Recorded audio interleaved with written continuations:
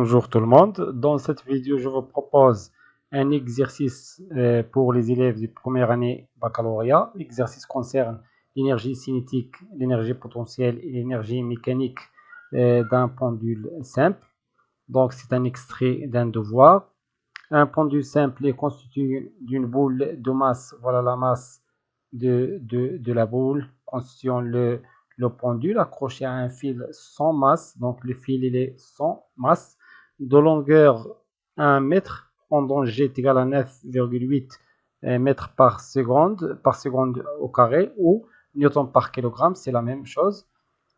On choisit l'origine des énergies potentielles. Donc l'origine de l'énergie potentielle sur le plan horizontal contenant le centre de la boule S lorsqu'il est en équilibre, c'est-à-dire que le fil est en vertical. Donc voilà la figure. Voilà la figure.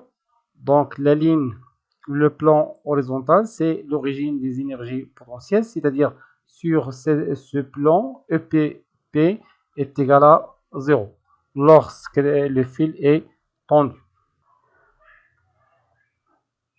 Donc, la suite de la question, c'est on écarte le fil de sa position d'équilibre d'un angle θ est égal à 60 degrés et on abandonne le pendule sans vitesse initiale. C'est-à-dire sans vitesse initiale, c'est-à-dire que V dans cette position pour θm est égal à 0. La première question, on va calculer l'énergie mécanique du pendule à cet instant.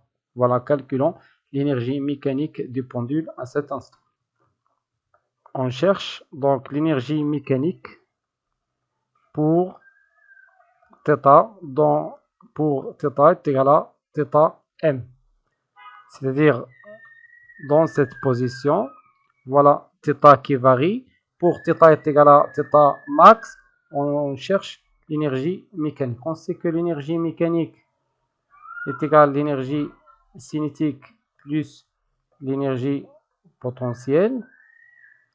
Or, pour θ est égal à θ max, ici par exemple, voilà θ max, on sait que V est égal à 0. La vitesse pour θ max est égale à 0 parce qu'on a lancé la boule sans vitesse initiale. Donc la boule est lancée sans vitesse initiale.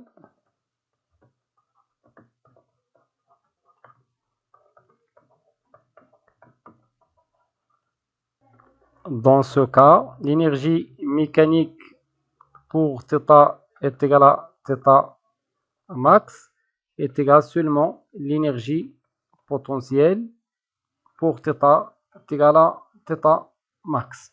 Donc pour calculer l'énergie potentielle, c'est mg z plus une constante. Maintenant, il suffit de calculer cette constante. Pour cela, supposons que l'axe des z elle est vers le haut. Voilà l'axe des z. Donc pour ici, pour z est égal à 0, on a EPP qui est nul parce qu'on a pris l'origine d'énergie potentielle sur le plan horizontal. Donc pour z est égal à 0, EPP est égal à 0.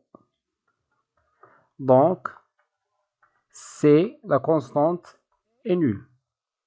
Puisque la constante est nulle, donc il me reste que EPP, EM, pour θ est égal à θ max, qui est égal à mg z. Z de ce point, par exemple, prenons ce point et le point M. Voilà le point ici, voilà Z. mg z avec, donc prenons la figure ici. Donc calculons cette distance Z, la hauteur Z, avec, donc ici c'est L, voilà la longueur du fil qui est égale à L. Donc je prends un point ici, quelconque, je l'appelle par exemple H. Ici je prends comme le centre de masse de la boule I, donc Z, qui est égal à HI, est égal à OI. HI, on a dit que HI est égal à OI moins cette distance OH. Or, OI est égal à L moins OH. Pour calculer OH, on va calculer tout d'abord cosinus de θ. Donc, cosinus de θ est égal à cette distance OH sur OM. Donc, OH est égal à OM fois cosinus θ. Or, OM est égal à L, donc c'est L cosinus de θ. Donc ici, c'est moins L cosinus de θ. Je peux factoriser par L. On va avoir 1 moins cosinus de θ. Voilà Z. Donc on a trouvé l'expression de Z. Maintenant, l'énergie mécanique pour θ est égal à θm. Donc est égal à mg fois L, facteur de 1 moins cos de θm. Voilà l'énergie mécanique dans la position θ est égal à θm. Maintenant, application numérique. L'énergie mécanique pour θ est égal à θm est égal à m. On a m qui est égal à 100 grammes, L qui est égal à 1 mètre et G qui est égal à 9,8 newtons par kilogramme ou mètre seconde moins 2. Et finalement, θm est égal à 60 degrés. Donc, je fais le calcul. Donc ici, c'est 100. 10 à la puissance moins 3 en kilogrammes. Le M, on doit convertir le M en kilogrammes. Fois G qui est égal à 9,8 fois 1 mètre. Facteur de 1 moins cosinus de 60. Donc, finalement, par une calculatrice, on trouve l'énergie mécanique pour θ est égal à θm est égal à l'unité en joules. J'ai trouvé 0,49 joules. Voilà l'énergie mécanique pour la position θ est égal à θm. Passons maintenant à la question suivante. Voilà la série. La deuxième question, quelle est la vitesse? Toujours dans la première question, deuxième tiré. Quelle est la vitesse? On cherche maintenant la vitesse du pendule lorsqu'il passe par la position verticale. C'est-à-dire dans cette position lorsqu'elle passe par la position d'équilibre. On négligera les frottements. Donc, la deuxième question, la vitesse, deuxième tiré, vitesse dans la position d'équilibre.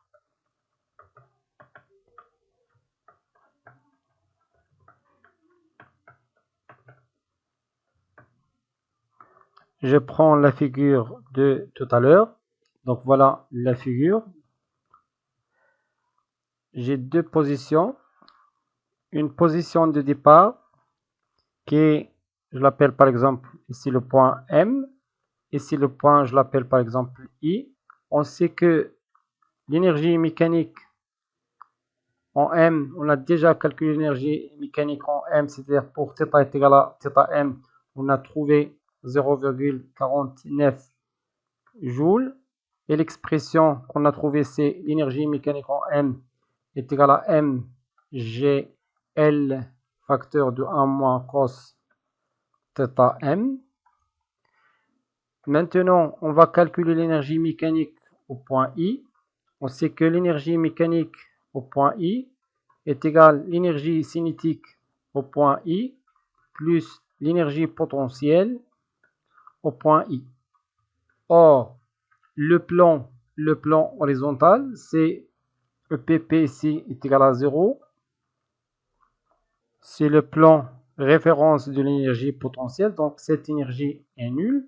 Donc il me reste que l'énergie mécanique en I, qui est égale à l'énergie cinétique en I, qui est égale 1 demi M fois VI au carré. Or, cette énergie mécanique, on sait que l'énergie mécanique est conservée. Donc l'énergie mécanique en point M est égale à l'énergie mécanique au point I.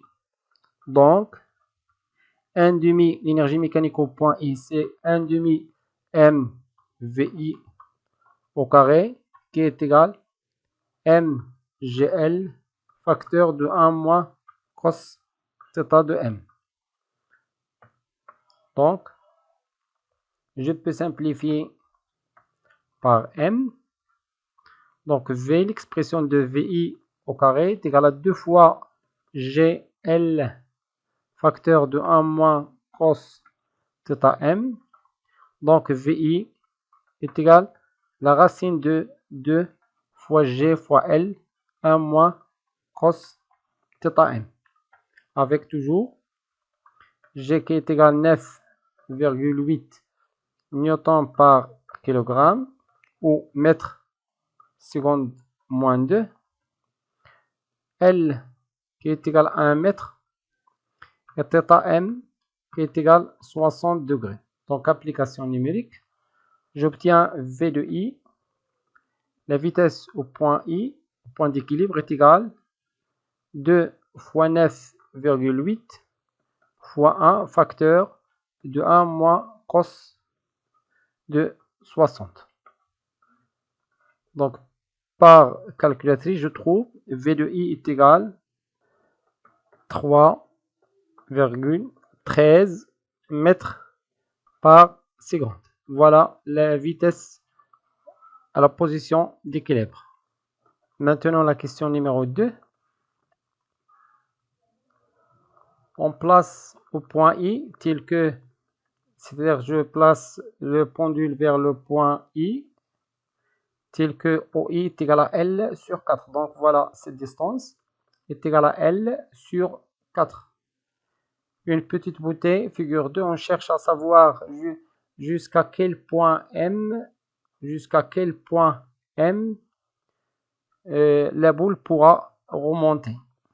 Pour ce faire, on va chercher, exprimer en fonction de M et de G, L et θ, l'énergie mécanique du pendule à cet instant, c'est-à-dire à la position M. Donc, on va chercher l'énergie mécanique à la position M.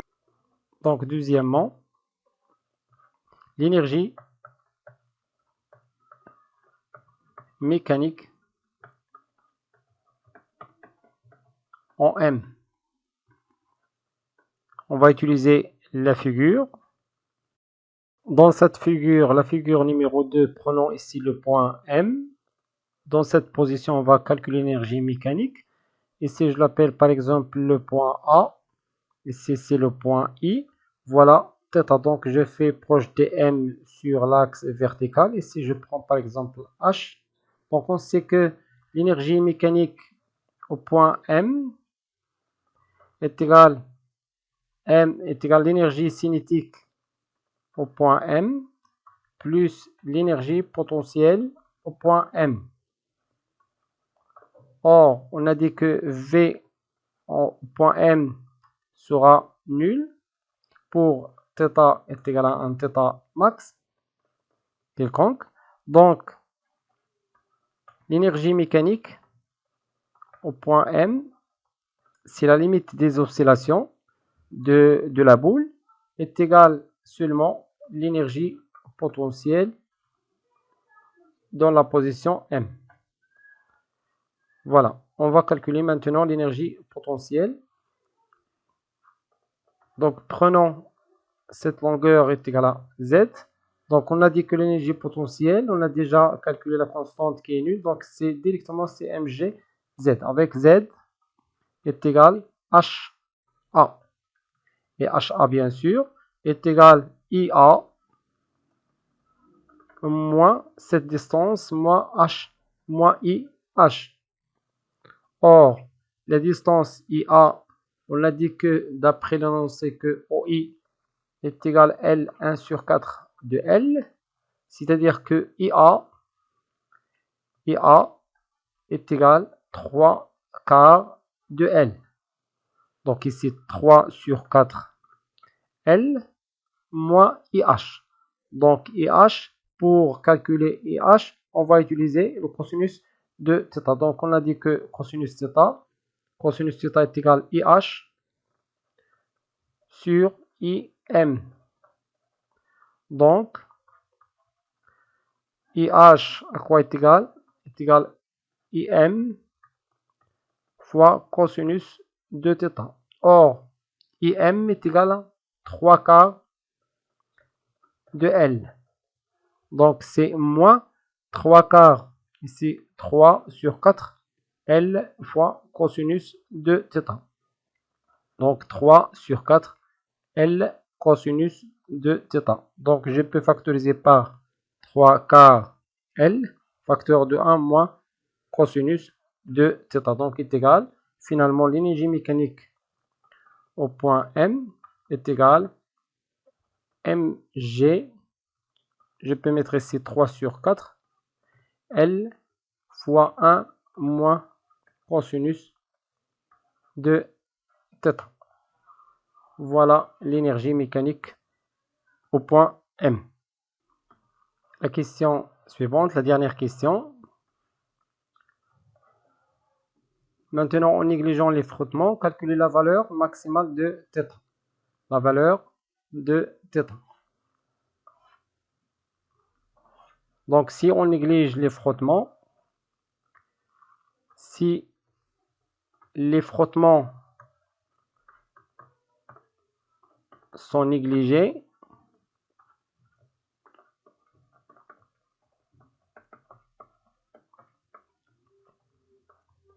donc on a conservation de l'énergie mécanique. Donc, conservation de l'énergie mécanique. Donc, l'énergie mécanique dans la position M est égale à l'énergie mécanique dans la position, quelle position? La position d'équilibre qui est égale, on l'appelle A. L'énergie mécanique OA. Or, OA, l'énergie mécanique est égale à l'énergie cinétique plus OA plus l'énergie potentielle OA. Et on a dit que l'énergie potentielle en A sera nulle parce que c'est l'origine, c'est la référence de le plan horizontal qui passe par le centre de masse de la boule. C'est la référence de l'énergie potentielle, donc PP dans ce plan est nul. Donc l'énergie mécanique en point M, on a trouvé est égale 3 sur 4 mgl 1 moins cos θ. 3 sur 4 mgl 1 moins cos θ qui est égal à l'énergie cinétique au point A. L'énergie cinétique au point A, on a déjà calculé l'énergie cinétique au point A qui est égale à mgl facteur de 1 moins cos de θ m. Donc je peux simplifier ici par mgl. Donc j'aurai 1 moins cos de θ qui varie est égal à 4 sur 3 1 moins cos de θ m. Donc cosinus de θ m, cosinus de θ moins cosinus de θ est égal à 4 sur 3 moins 4 sur 3 cosinus de θ m moins 1. Donc j'aurai ici 4 moins 1 c'est 4 moins c'est 1 sur 3 moins 4 sur 3 cosinus de θ m, c'est-à-dire 1 moins 4 cosinus de θ m sur 3. Ici, c'est moins cos, donc j'ai fait calculer le cos. Donc, cosinus de θ est égal 4 cosinus de θ m moins 1 sur 3. Application numérique.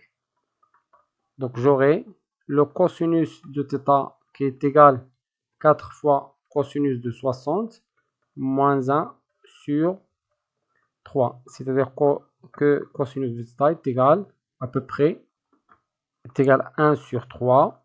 Donc, cosinus θ est égal cosinus moins 1.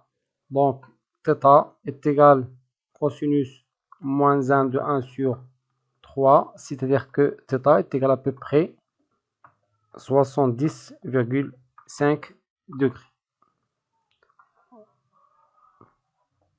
Voilà, c'est la fin de la vidéo. كان معكم الأستاذ خالد ناجي إلى فيديو مقبل إن شاء الله. استودعكم الله والسلام عليكم ورحمة الله تعالى وبركاته.